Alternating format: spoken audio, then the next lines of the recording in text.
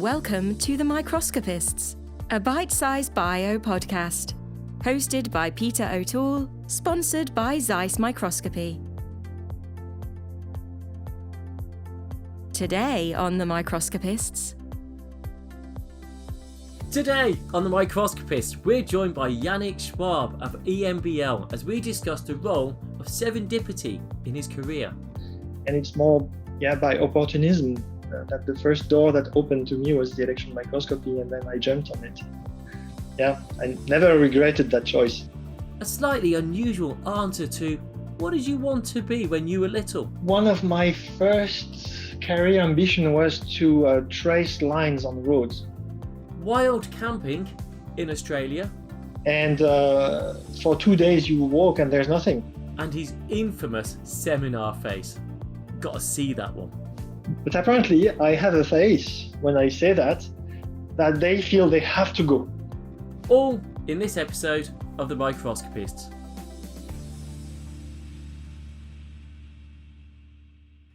Hello and welcome to this episode of the Microscopists. Today I'm going to be chatting to Yannick Schwab from Embl over in Heidelberg.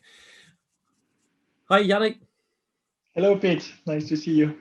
Yeah, it's been a little while actually for obvious reasons. What's it been like over at Embl?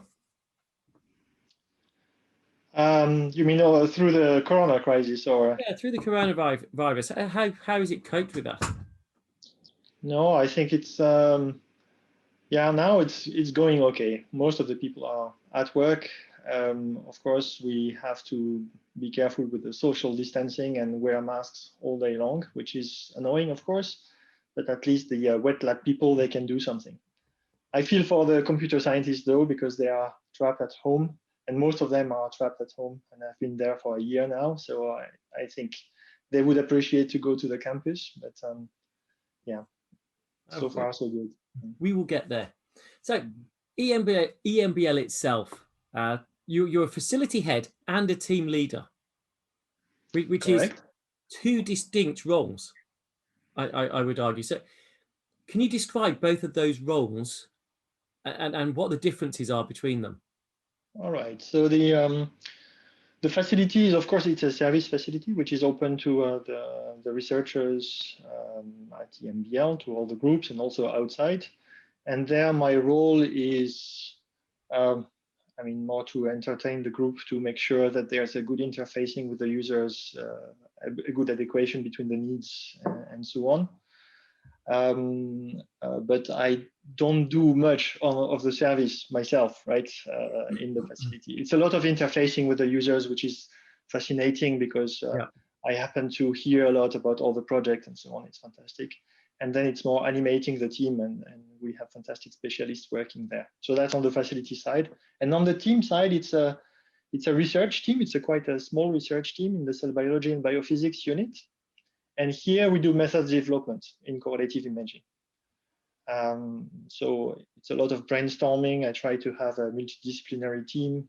It's also very often challenging because I supervise people who have skills that I do not possess at all. So here as well, it's a bit of management. I'm trying to have the two groups working together as often as possible. Of course, in normal time, we will do retreats, meetings together, events and so on to link them together. Now it's slightly different, but we try to work together as much as possible. And that makes sense that they work together. But it sounds like there's a clear division in the expectations of the roles. That you mentioned as a facility side that you're there to serve, I think was the word that you used. It was a service. It's a service. And on the research side, it's very much, I would argue, a selfish job. They're meant to be doing their own research and not necessarily supporting lots of other groups, maybe collaborating, but not necessarily working in the same way. So how are the tensions? Are both sets parties that work in both sides, are they quite happy in their job roles? Because they are quite different job roles. Equally important. I hope they are happy, yes. I think the teamwork is a bit more focused. We, of course, it's electron microscopy, it's correlative imaging, and there's also correlative imaging in the facility. So from outside it may sound very similar, but in fact the team is focusing on much more targeted job, and they try to find solutions to existing problems. And if the development is successful, of course, we hope to transfer that and to make that accessible as a service in the facility. But that would be on a very topical theme or a very targeted, focused workflow or whatever. Whereas the facility, of course, has to cover a much larger spectrums of technologies to answer to the user's needs that can be very diverse. It can be simple negative staining, for example, or volume EM, and we don't necessarily do everything in the team. And so in the facility, it's staff people who are hired, whereas in the team, we have PhD students, master students, postdocs. So I think their career trajectory is slightly different. More short-term for the team, whereas in the facility it's more long-term.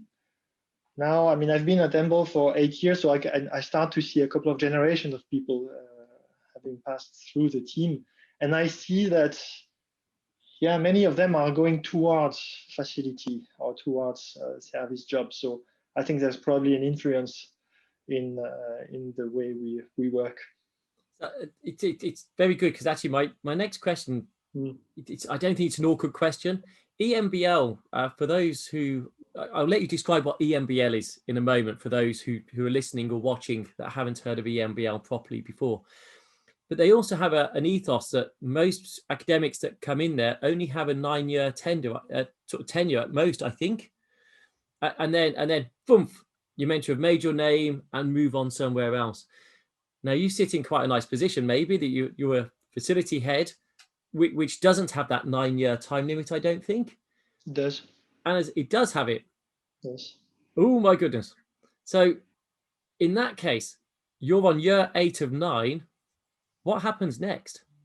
So I'm one of the lucky ones. I told you that I am lucky, right? And I have the privilege, and I've been granted an open-ended contract last year in November. So I will stay a bit longer than 9 years.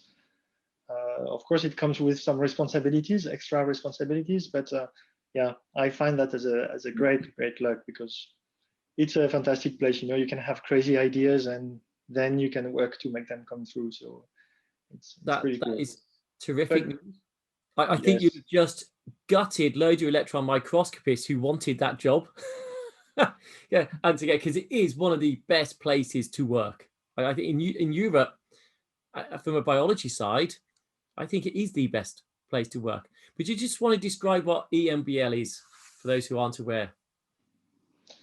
So it's an intergovernmental organization. We have, I should know that by heart, but I think 24 member states that are mostly from Europe. And we have 2 associated states, Argentina and Australia.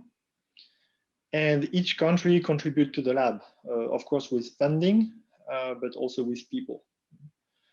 And then, well, the global mission of EMBL is to work in molecular cell biology and to provide the member states with, cutting edge, advanced state-of-the-art research and technologies. And there are different missions in developing technologies, of course, performing research, but also providing training, and so on and so forth. And then for the 9 years thing, the initial concept is to hire very junior group leaders from their postdoc, and even some of them from their PhD, and to help them to become the next generation of group leaders in science. So I think this is really the core concept, and that's also the justification for the 9 years. So they are hired, they grow up at EMBL, they absorb the spirit, the collaborative spirit, the collegiality, and so on. And then they move on in their career, and very often they move on pretty well, becoming, high-level directors, Max Planck Institutes or other places. Yeah, so true for group leaders, but also for heads of facilities or even staff of facilities. Very often, when they do work for 9 years at EMBL, afterwards they move up in the career and they become heads of facilities somewhere else. So it is a very encouraging environment. High pressure. for a lot of those who don't get that lifetime contract, and it's 9 years, and you are going to be having to finding another job. But what a great incentive to make sure you always succeed. And it's a really great environment to enable that, which enables people to succeed and then go over. And actually, I think it spreads the benefits of EMBL to all. They take that magic with them into whichever university, whatever institute they end up at. And it gives that network, that broad network. That's true, yes. No, I think that's also the real benefit from the member states. I mean, we always have these discussions. What do I gain contributing to EMBL as a member state? How many PhD students do I have currently at the EMBL? But I think it's not only that, it's also what they become. I see that myself, right? That they are becoming leaders and they scattered across Europe and the world. And I think they propagate what is being taught here at Embl. So what's it like to live over at Heidelberg? Where do I live? Yeah, so what's it like to live in Heidelberg or close to Heidelberg? It's very, we feel like in a bubble. I think Heidelberg is a very privileged place in Germany by itself. It's very international. There are many international companies around. We have like the big BASF chemistry company that is just 15 kilometers. There's SAP headquarters, John Deere, and so on and so forth. So it's very, very international. And the city is a very quiet and nice bubble. When you wander in the streets, you hear, I don't know how many languages. It's pretty fun. And for raising kids, it's also fantastic. It's super safe. Now, for people who are used to big cities like Paris or London, it might become a bit boring after a while because it's very provincial. It's 150,000 inhabitants in Heidelberg, and it's pretty small. But no, I love it. It's pretty nice. So just to go back, so obviously, and actually maybe not everyone knows, your expertise is in electron microscopy, correlative light and electron microscopy, correlative electron microscopy full stop. It goes beyond light, I think, now. And also looking at the 3D electron microscopy. So there's a lot, it's all based around the electron microscope. But where did you first get an interest for electron microscopy? That was during my master's, I believe. I did just a very short 2 weeks internship in the lab that I did my master. No, it was not during the master. It was during the bachelor, actually. And then in that same lab, I did my master later on. So it was, I think, more or less by serendipity. You have to make your choices of rotations in the labs, and it sounded cool. It was in neuroscience and electron microscopy, because back then I was studying neurosciences, and that's how I started.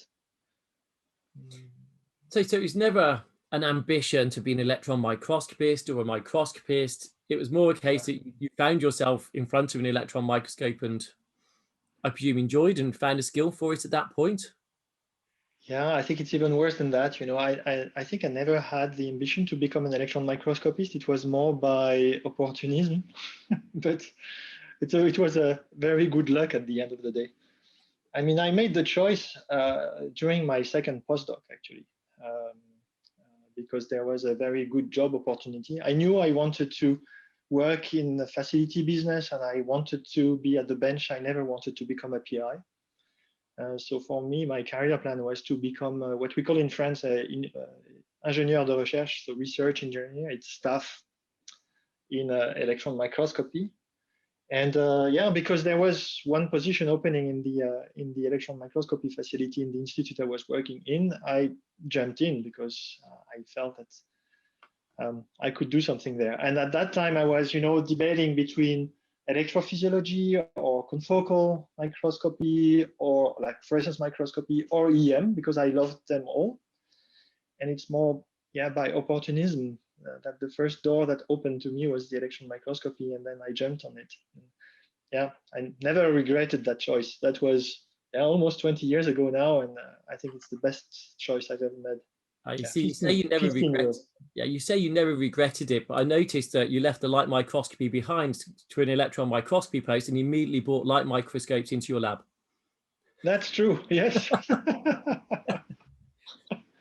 But that's also actually another serendipity, because I took that job to work in the electron microscopy, and I was kind of, oh man, I'm going to give it on the colorful images, and I will enter the gray world. And then a couple of months after starting the job, I take this Embl course. So that was in 2005, and I meet Heinz Schwab. Do you know Heinz? He's a pioneer in correlative light and electron microscopy. He's been doing that on sections with immunofluorescence labeling and so on. And he was one of the teachers in that course. And suddenly during the course, I started to take his practicals and so on, and I discovered CLEM, And then that was fantastic. I said, wow, but I don't have to give up on the fluorescence. We can do both. And that's when I discovered CLEM really, and it was a turning point in my career for sure, because back from that course, I started to go around the institute, and I was looking for partners who would be interested to implement correlative methods and later on develop them. So yeah, it was definitely a turning point. That's back in 2005, did you say? Correct. So you've moved around, if I recall correctly, quite a bit in your academic sort of PhDs, postdocing in different places. So very quickly, which countries have you actually postdocked or PhD and worked in? Yeah, not that much. In fact, I did all my studies I was born in Strasbourg and did all my studies in Strasbourg, in France. And then I went for less than 2 years in Canada, in Calgary, for a postdoc, and then came back to Strasbourg, started a second postdoc, and then I found a job in Strasbourg in the EM facility. So I didn't travel that much. So, okay, so a really quick fire question. So you've got to answer one or the other as fast as you can. What's better, Canada or France? Canada. Ooh. France or Germany? You should ask Alsace or Germany, and I would say it's the same. Ah, Oh, my grandmother would kill me. I was actually trying to play you into trouble there. It just didn't work, did it? You paused, you stopped, you thought. you were in a no-win situation there. One way or the other, you're either going to fall out with your family or fall out with your employers, one of the two. I thought it was a brilliant idea. Well, I would argue that my employers are not German. No, you're right. It's intergovernmental. So very often, people tell me, yeah, but the French system is not good. He went to Germany to work there. But I'm sorry, I mean, Embl is as French as German. And as British, and as Swedish, and as Italian and Swiss and so on. So yeah, it is not really Germany here. Yeah, but your neighbours wouldn't have liked you, Maybe. Yes. So that but living in Germany or living in Heidelberg is super cool, really. And without hesitation, I would say I prefer to live in Germany than in France. What about Canada then? Put Canada and Germany in there. Canada is amazing. It's my second home. Even though I stayed there like less than 2 years, I loved it there. Of course, it's for the outdoors. The science was fantastic as well for me. And, I left my hometown and I discovered like big Northern American cities and the open spaces and also the mentality, the research mentality was pretty different than what I knew from France. And yes, can you believe I never came back to Canada since I left 18 years ago? But I will go back there one day for sure. It's a fantastic place, fantastic people. It's time to hold a 3D EM meeting over in Canada then, isn't it? So let's do that. Yeah. So you like Canada, you mentioned the outdoors, and you actually sent some photos through. So actually, if you're listening to this, it's worth just catching quickly some of the YouTube bits of this. So can you explain what this picture is and who they are? So this picture is in Norway, northern Norway. So we're at the polar circle actually. And this was the first time I went to Tromsø. And on that picture, you have Randy Olsen, and Heinz Schwarz, both of them teachers in that Embl course that I took years ago and who changed my life. Very good friends and colleagues, electron microscopists. And then you have two colleagues from Norway, also Karen and Bård, both of them working in Tromsø, biologists. And we were, yeah, you wouldn't believe that, but we were at that time doing a workshop to prepare a course. So we did a 2 days retreat on a very cute island close to Tromsø in northern Norway to brainstorm about how we would best set up this course on EM and correlative light and electron microscopy. It was a beautiful setup. Yeah, Yannick, can I set a course up with you sometime? Sure, yes. That sounds quite good. And so this is yeah, go on. Yeah, so it's not the same year, but almost the same place. If you move your head like this, yes, it's 70 degrees north. So we are really talking about the polar cycle. So this is near Tromsø. It's called Rebenesøy. It's a very small island, beautiful place as well to sit there and to talk about microscopy and many other things with Heinz Schwarz, definitely my mentor and good friend. And here it was also just before a course. So we went there to this island. Randy has a very nice cabin there. And yeah, we spent some very good time in Norway. Yeah, I wish I'd put some my winter hat on and stuff, because it would make it look as I was with you two of you. So in Tromsø, that's where you find the northernmost electron microscope on the Earth. So very interesting to note. The northernmost electron microscope, did you say? Yes. And was this the same time? This is a picture of the Northern Lights. Yeah, absolutely. Same time together with Heinz. Yeah. And the Northern Lights. Plenty of parallels with the radiation that's being used for this, and the excitement and the emissions. It's not too far off your some of your CLEM approaches. Yeah, it's beautiful, isn't it? Mm. Yeah, that's why you need light in images, not just black and white. True. Yes. I can hear electron microscopists screaming right now. Yeah, I mean the old guys, they remember the green screen. It was still a bit colors. So, thinking of the images themselves that you are getting, for those who have not seen correlative light electron microscopy CLEM, would you like to describe why is it so important? Because again, not everyone's going to appreciate the fine points of this. So I've got an electron microscope image on the one side and a fluorescent image on the other side. Why is it so important to be able to connect these? So there are different levels of interest for doing that. So one of them is for navigation. So the light microscope has a very large field of view, and it is very useful to get an idea of the context. And then, of course, if you play with the light microscope, I mean, you have all the very important topics, like you can image living things, you can control the environment, you can explore it, and so on and so forth. But then with the labeling techniques as well, you can have molecular information on your specimen. And therefore, the browsing or the contextual information is becoming very meaningful in terms of the cell types you are looking at, or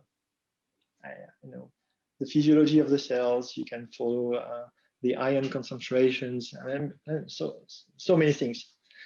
And then correlating that to the EM is adding of course, the ultrastructural scale, the subcellular scale, and you can add to those contextual information or to those molecular information all the nitty-gritty of an electron microscopy image.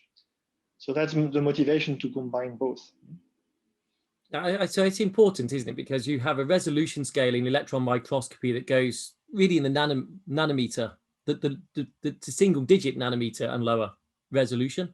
Yes. And yet your fluorescent images are typically around 200 nanometers. With a bit of trickery, we can get down to 20 nanometers. 100 nanometers certainly now far more feasible. But that's a big gap between the two. And if you say the ultrastructure, you miss that with the light microscope. You see that with the electron. But the electron microscope gives you a very small window. Absolutely. Yeah, absolutely. So you can easily get lost in a sample that is highly heterogeneous. And correlative microscopy saves your life in that respect, because you can use the tricks of correlative microscopies to navigate your specimen and go and take images where you need. But very often the EM is missing the dimensions of molecular identity of the cells, or what's happening, or how they interact and how dynamic they were. You are missing this this history, right? So that's why I like to combine both. This image for me is a historical, because that was my very first correlative microscopy experiment in the Embl course that I mentioned before in 2005. I couldn't believe it. For many aspects, I don't know how much time we want to spend on that, but it was a crazy day for me. First, this is a cryosection. So for those of you who don't know this technique, it's called the Tokuhashi technique. So basically, you chemically fix a sample, you put sugar in it, and then you freeze it, and you put that in a cryomicrotome, and you try to get sections. And for beginners, or even not beginners, but it can be very tricky to play with those cryosections. There's no resin. It's like, how thick are those sections typically? Have you tried that yourself? I just, Lucy Collinson's a person for that. So how thick are the samples that you're cutting in this case? So that was a very tiny piece of tissue. It was less than a cubic millimeter, half of that. And the section thickness that you microtomed? So, I mean, we were aiming for thin section, so less than 100 nanometers thick. So it's not 100 nanometers thick, is it? It's 100 nanometers thin. You can never use the word thick when it's 100 nanometers. That's thin. Yes, that's true. Why do we always say, everyone says it's thick? It's thin. It's thin. It's definitely thin. If you want to be a bit even more snobbish, you would say ultra thin, right? But yeah, so this one in particular, it was the first time I tried to do cryosections during the Embl course. And I had those big shots behind me. It was like Herb Agler, Randy Olson that I mentioned before, and there was also Peter Peters. Yeah. And I was like there, stressing on the microtome, and honestly, I was producing crap, chips. I mean, it was looking like nothing. And then Gareth Griffiths, came by, and I looked over my shoulder and said, "Oh, that's great sections. Pick them up, pick them up." And I said, "No way. It can't be. There was no ribbon, nothing." So okay, I listened to what the teacher was saying. I picked them up and so on, and then I put them into a correlative microscopy workflow, immunofluorescence staining, and so on. That's what you see here. I couldn't believe it. It's a piece of retina, and you actually see the layers of cells. The green is GFP, native GFP, and the red is anti-GFP. And the blue over behind your shoulder, that was just DAPI and a bit of background. But that's where I fell in love with this, because it was actually working from the, beginners, rookie, crappy sections. You could actually start to see things. And then I took consecutive sections, and I did immunogold, and that's what you see on the right, against GFP again, and here you see one partner of the synapse at the photoreceptor bipolar cell synapse that is expressing the GFP. So yeah, it was an eye opener, and definitely I put the finger in the mechanism, and then you get caught, and that's it. That's because you thought it was easy. And that's interesting. Actually, if that had not worked, if that had actually not gone well, and for whatever reason it hadn't worked very well, do you think your career might be different today? I don't know. I really don't know. Maybe, yes. There's magic moments that trigger a career and develop it, and it sounds like one of those. And I think courses are so inspirational, and being on the right course with the right tutor, the right inspirational figures around it make a huge difference.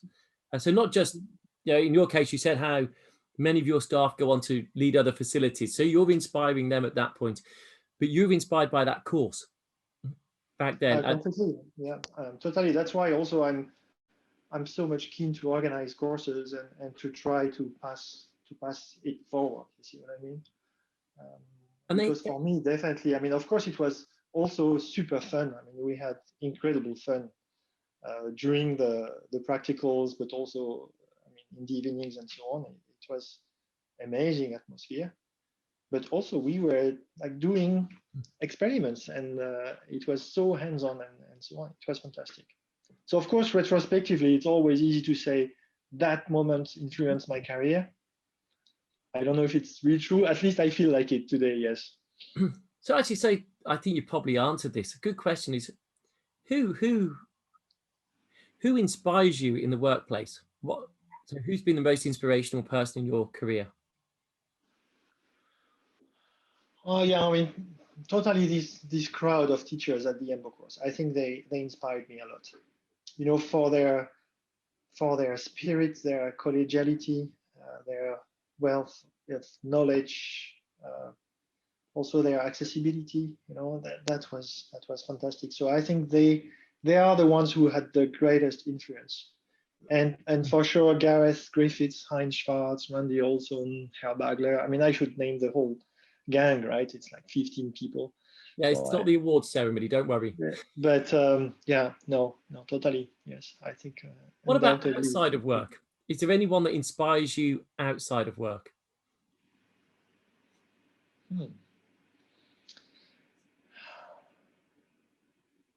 Hard to say. Okay, so on that note, then, being as you completely left them out of that answer, do you have a wife and family? Yes. Yes. I'm glad you thought of them first.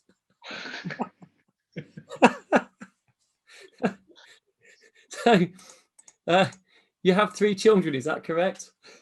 Yes. Yeah, it sounds like an inquisition. It's not meant to be.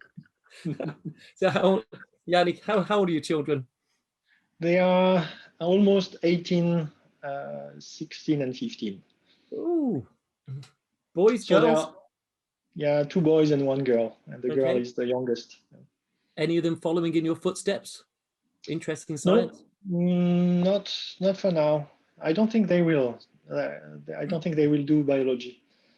1, maybe 2 of them will probably do some sciences. Yeah.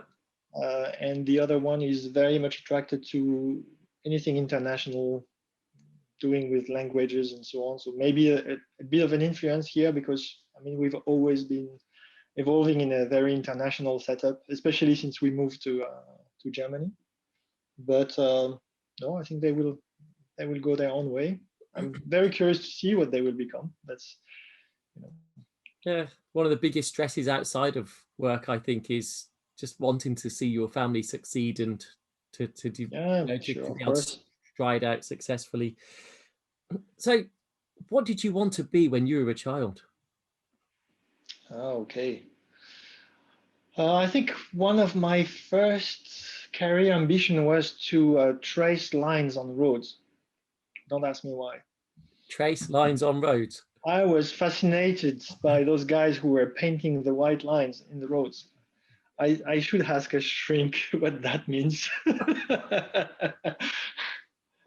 Then I wanted to become a fireman, but I was a bit afraid of fire. And later on, I wanted to become a cook. So that was during the college. I was very much attracted by cooking and also traveling. So at one point, I wanted to become a cook on a Navy boat. Wow! And I actually wanted to register for these hostelry schools, école hôtelière. And in fact, I didn't register just for laziness, because there was a file to fill and a form to fill and so on, and I couldn't bother, so I just kept going. That was when I was 16. I didn't want to graduate or anything. I wanted to go to that school, but yeah, I didn't do that, so I just kept going with my studies. So you talk about serendipity, and hence you're a completely different career you would not have even known existed probably at the age of 16, and here you are today with a very successful career. What's your ideal job? What would you love to do? Beekeeper. Beekeeper? Yes. Well, I suppose you'd get a buzz out of it if nothing else. Oh, that's a good one. Yeah, I don't know why I'm attracted by that. Maybe, yeah. I'm attracted to anything that has to do with land, growing vegetables, gardening, being a beekeeper or something like that. I'm quite attracted by that, actually. So that I don't know if it's the ideal. Yeah, exactly. That explains this picture. I would warn you, being a beekeeper has a sting in its tail, so I wouldn't recommend it. What? So you sent a picture. So obviously you're very into your garden or gardening for food. Yeah, I love that. This is like my place of meditation. So your own tomatoes, I presume. Yeah. That's the easy part. This year I'm a bit more ambitious. Last year I failed totally, and no excuse. It was lockdown. I was at home, so you would assume plenty of time to take care of that, but it was a disaster. So this year I'm trying to to make up for it. Just thinking about things that you wanted to do, coming back to work, and how successful that's been. Do you have a favorite publication of my own authored or co-authored yourself? Yeah, I think probably the one from last year on the coronavirus, actually. I don't know if it's because it's the most recent, but I really love this publication because it was a crazy time, crazy story, and absolutely marvelous collaborative work. So I mean, I don't know if you've seen the paper, but we've done electron microscopy on coronavirus SARS-CoV-2 infected cells, and I think we've done in 3 months what we would take 1.5 years to do in normal life. And that's because it was an unbelievable collaboration, and I'm super happy on how it turns. It sounds a bit odd to be happy about a pandemic and about a situation which is like really sad and is putting many people in very hard time. But work-wise, it was one of those moments where as a boss, as a manager, you are very proud of the team that is working with you, or for whom you are working. It started as a simple request from a collaborator downtown, virologist Ralph Bartenschlager, and they contacted us to see if we could help them image infected cells.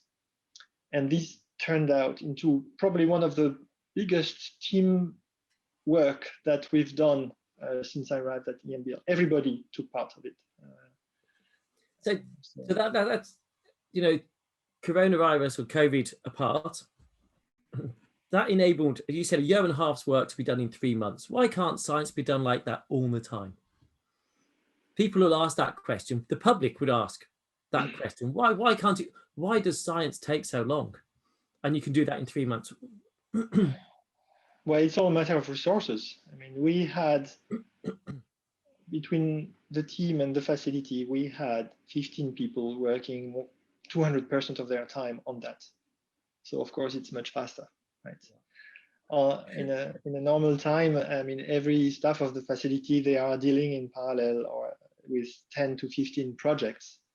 Here we were in lockdown, right? So we would only be enabled to come to Embl to work on a COVID-related project.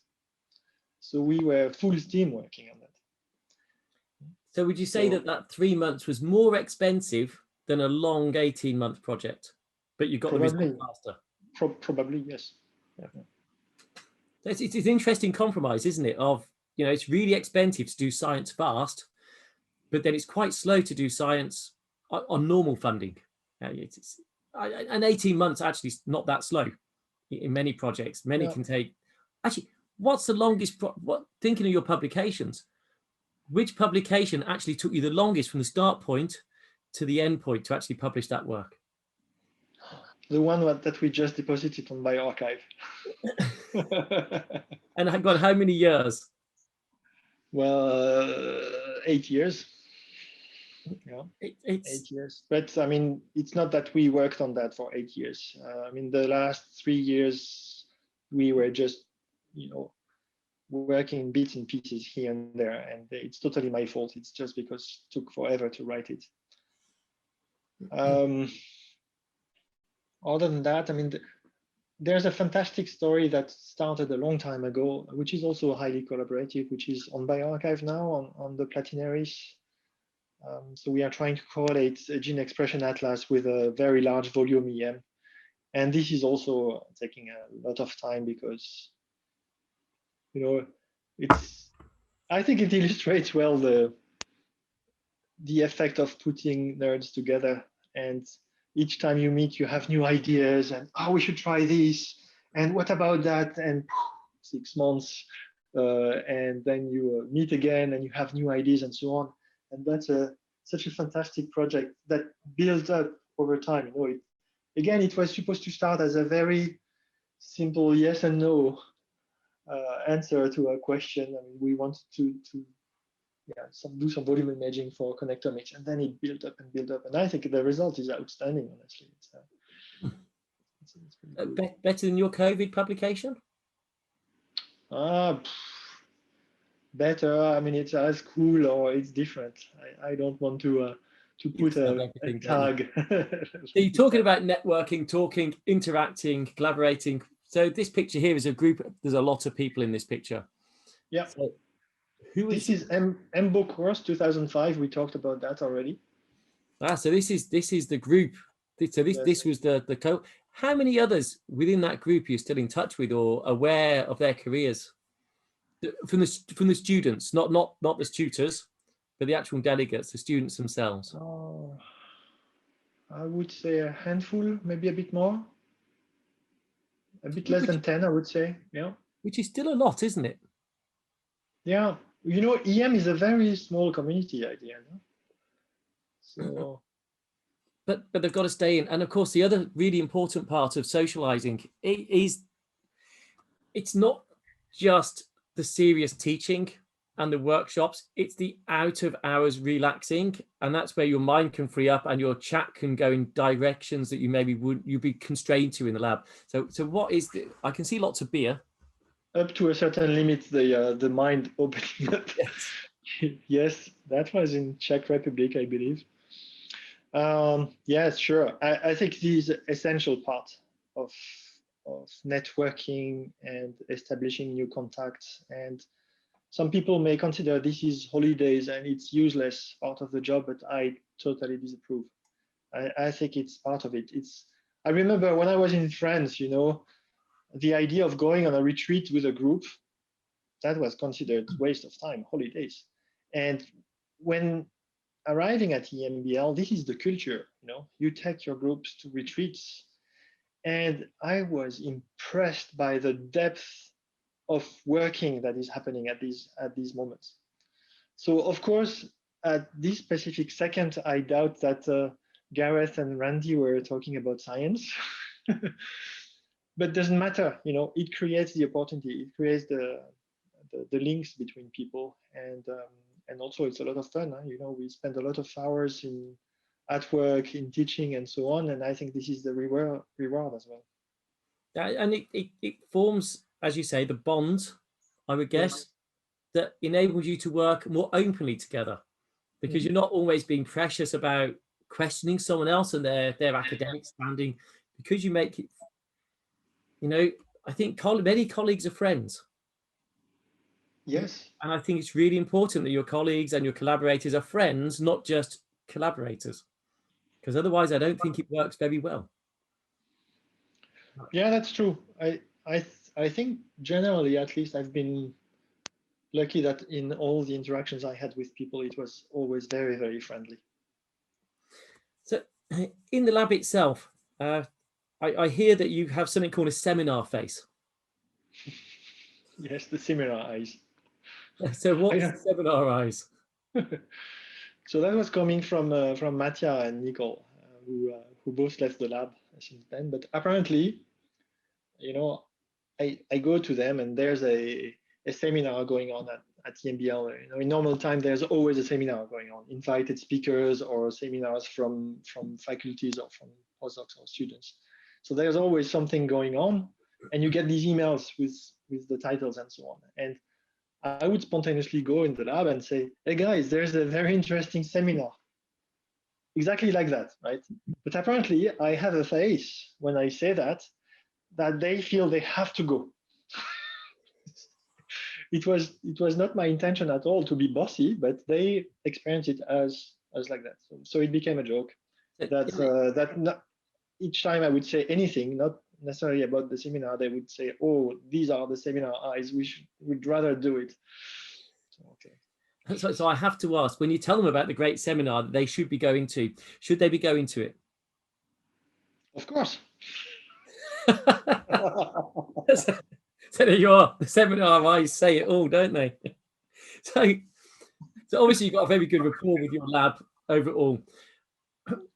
Yeah, and it's good to have a light-hearted workplace at times. Can you think of a funniest moment in just in work? It doesn't have to be in the lab or anything else. It could be conferences, workshops, courses. Something that's really funny moments that remain with you. Well, the first one that comes to my mind is, I think,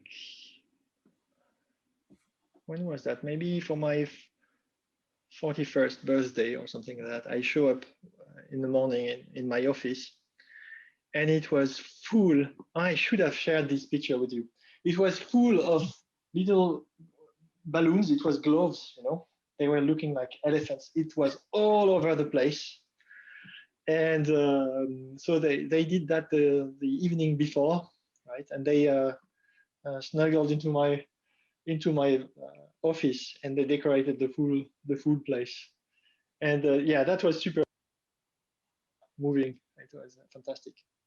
Even there was a pregnant glove, because there was only 40 of them hidden everywhere, and I was turning 41.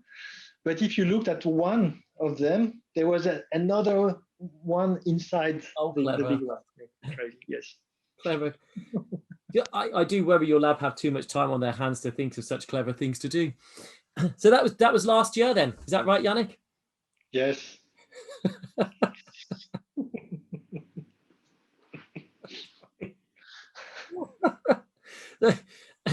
Coming back out of the lab, I'll come back to it at the end, back to the lab. But actually, what do you do outside of work? So obviously you enjoy adventures and outdoors, and you did send me some pictures. If I can just grab these, which look like very much like wild camping. Yeah, that was nice. That was in Australia, 2018. Yeah, it was one of the nicest hike we did with the kids. This is with the children. Yeah, and my wife, yes. In a small tent. There must be more than one tent. We had 2 tents. Yeah. The same size as that. They had to be pretty small because you had to carry them, right? So it was trekking, and we were alone. It's the Giles Track. I don't know if you've been to Australia. It's in the Red Centre, close to the Kings Canyon. And for 2 days you walk and there's nothing. So you have to carry the water. Exactly. Yeah. So you carry your family on the trek, I presume? Absolutely. Yeah. And yeah, I love that. You know, open, wide spaces, and you're on your own. This is something that we started to do not so long ago, and I think we all enjoy it. I think so. At least I do. You've got to get on well together, that's for sure. Yes, no, that was fantastic. I think we still have like very vivid memories of that trip. So I mean, that looks really warm, hot, even. Yeah, it was all right. It was in August, so there winter, and I think during the day it was less than 30 degrees, and overnight it would reach 0. Okay. And this does not look like Australia now. That's Norway again. So back to Norway and camping with the family again. Yeah. So this was just with the boys. My wife and daughter, they decided to stay warm in the cabin. And now, isn't that fantastic? This is the morning. You know, you get up. Of course, it's a bit cold, and you see the fjords and the open space. I mean, this is refreshing. You said we get up, but I can't see anyone else in that picture, and there's one photographer. So actually, was it just you getting up that early in the morning? Yeah. You know, if you want to look at the sunrise in August in northern Norway, you'd better get up super early. So Yeah, of course. And that's same. also Norway, not too far away. That's one of the most spectacular hike we've ever done. You know, if you follow that ridge, this is the path, right? So you can imagine. Yeah, that was amazing. And how long are these holidays for? Australia was 3 weeks. It was just before the Microscopy conference in Sydney. That was a bit the occasion for us to all go to Australia. And this one was 2 weeks probably. Yeah. So you like the great outdoors, and finally, is this you, Yeah. one of your children? Yeah, that's me. Yeah, that's our current hobby. We go climbing. Cool picture. So where is this? Oh, so you're obviously climbing. You're on a rope at least, which is good. Yeah, we do that where we can. So it's also quite a recent hobby.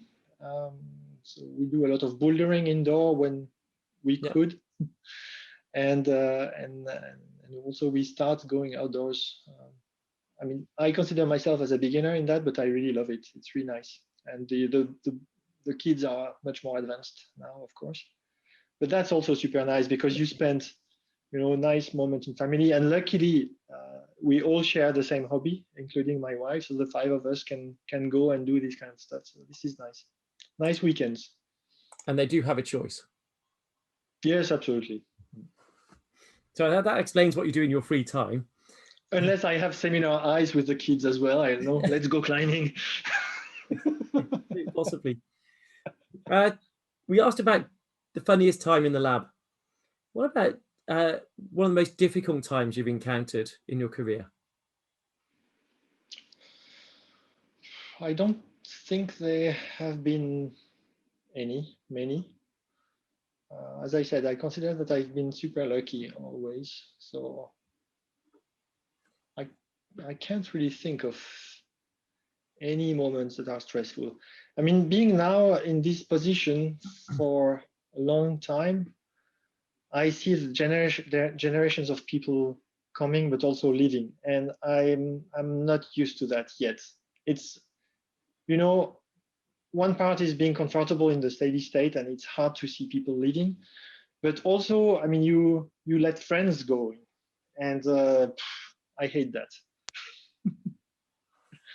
But well, we keep in touch, and then they thrive outside the nest, which is fantastic for them.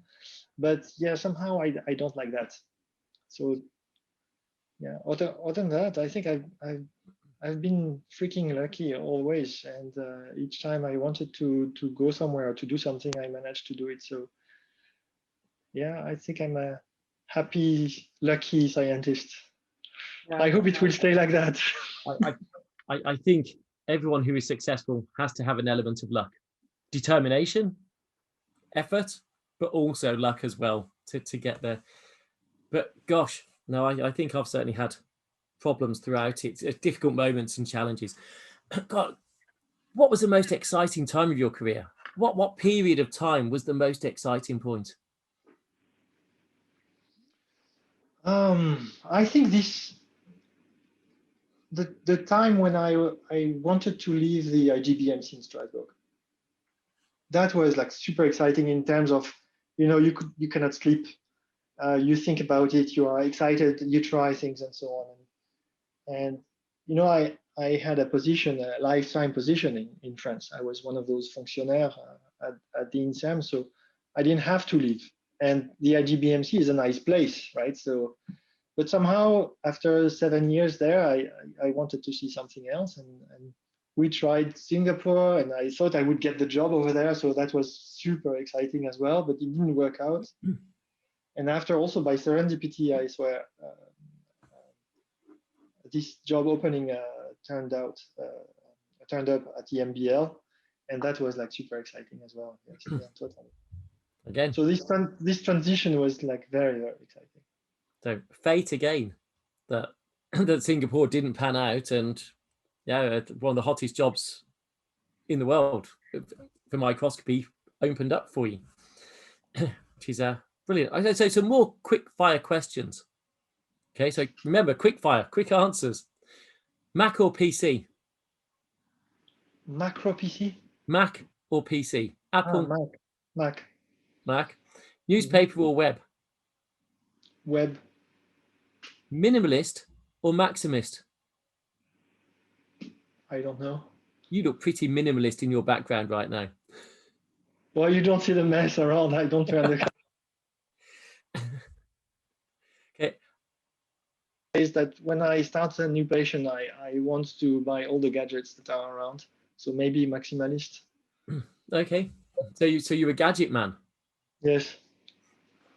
What's your? You said you wanted to be a cook. What is your favorite food?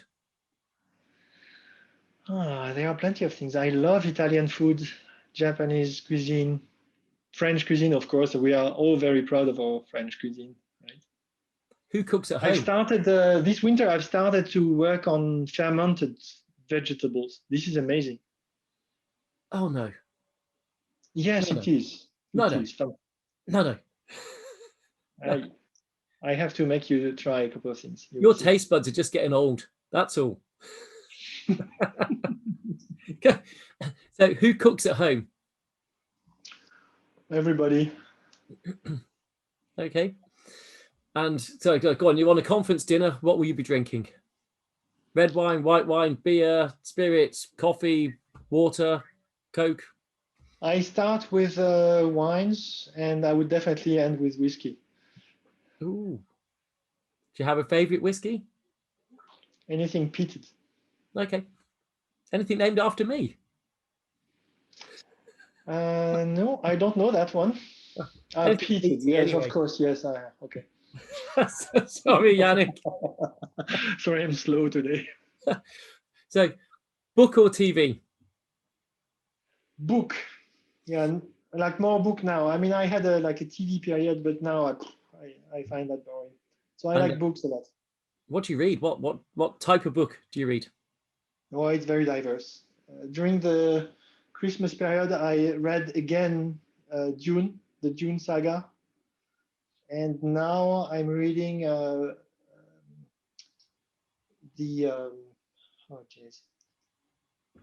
book from Sven Pabo about the Neanderthals. You know, all this research about finding DNA in Neanderthals bones and fossils. That's an amazing book.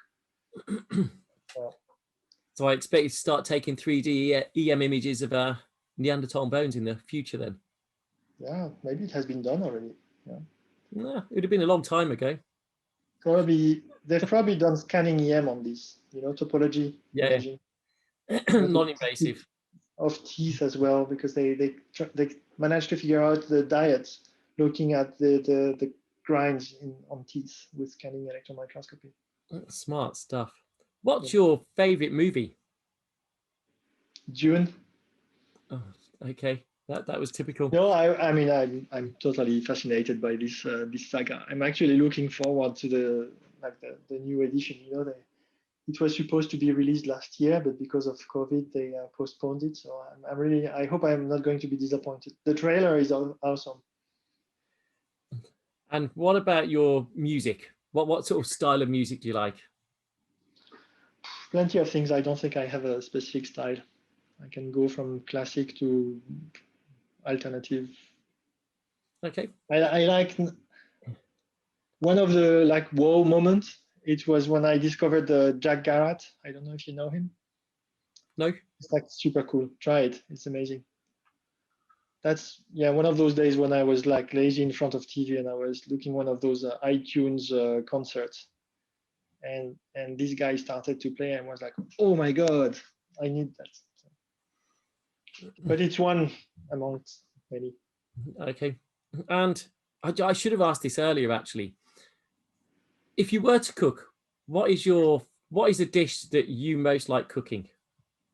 So what is your signature dish?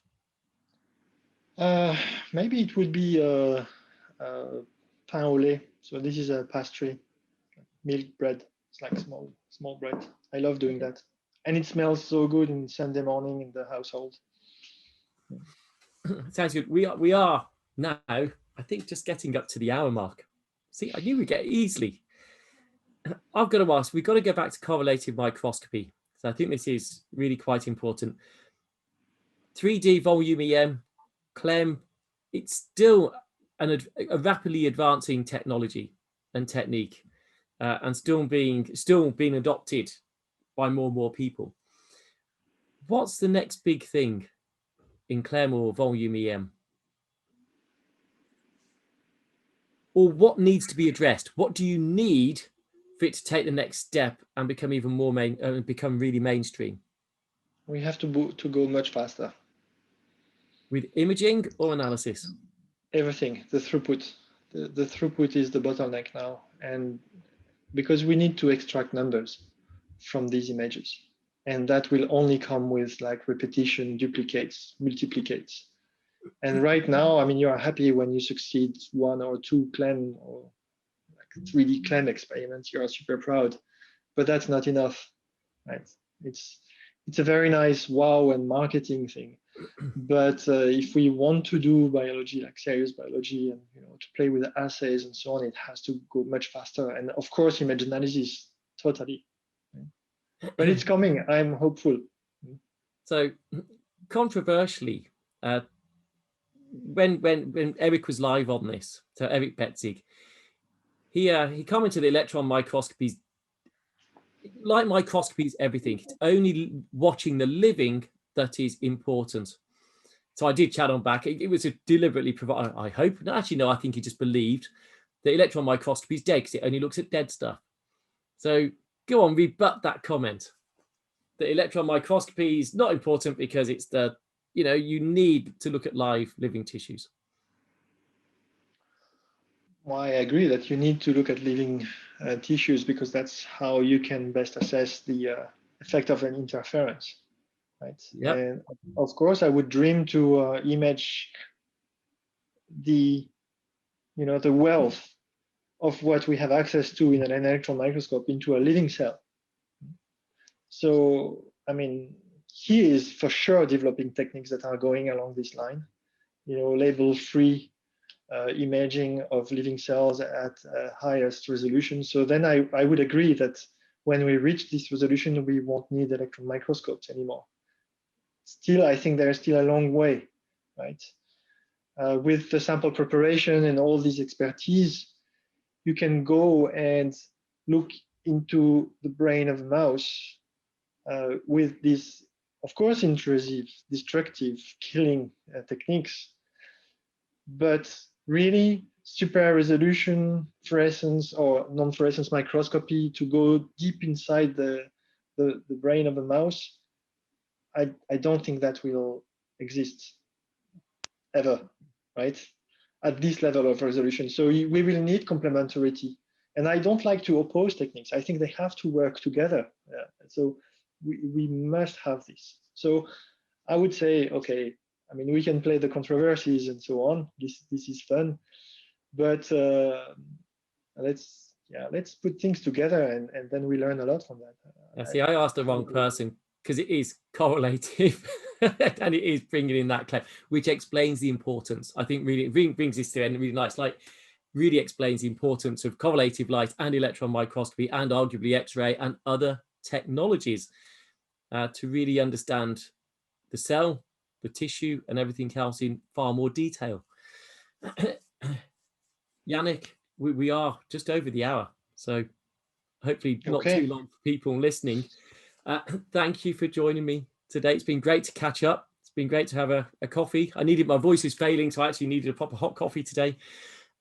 Thank you so much for joining us. For those who have listened, thank you very much for tuning in. I hope you've loved listening to Yannick and just how the careers can develop along career paths you don't foresee, certainly when you start out, and how that can progress and to capture that wave and ride it successfully. And actually the pictures are well worth tuning into. So if you listen to it, just have a quick look at the YouTube of this, because the pictures he sent are just jaw-dropping, both from the electron microscopes and for actually just his camping trips with his children and family. Yannick, thank you very much. It was a pleasure, Pete. Bye-bye. Thank you for listening to The Microscopists, a bite-sized bio podcast sponsored by Zeiss Microscopy. To view all audio and video recordings from this series, please visit bitesizebio.com/the-microscopists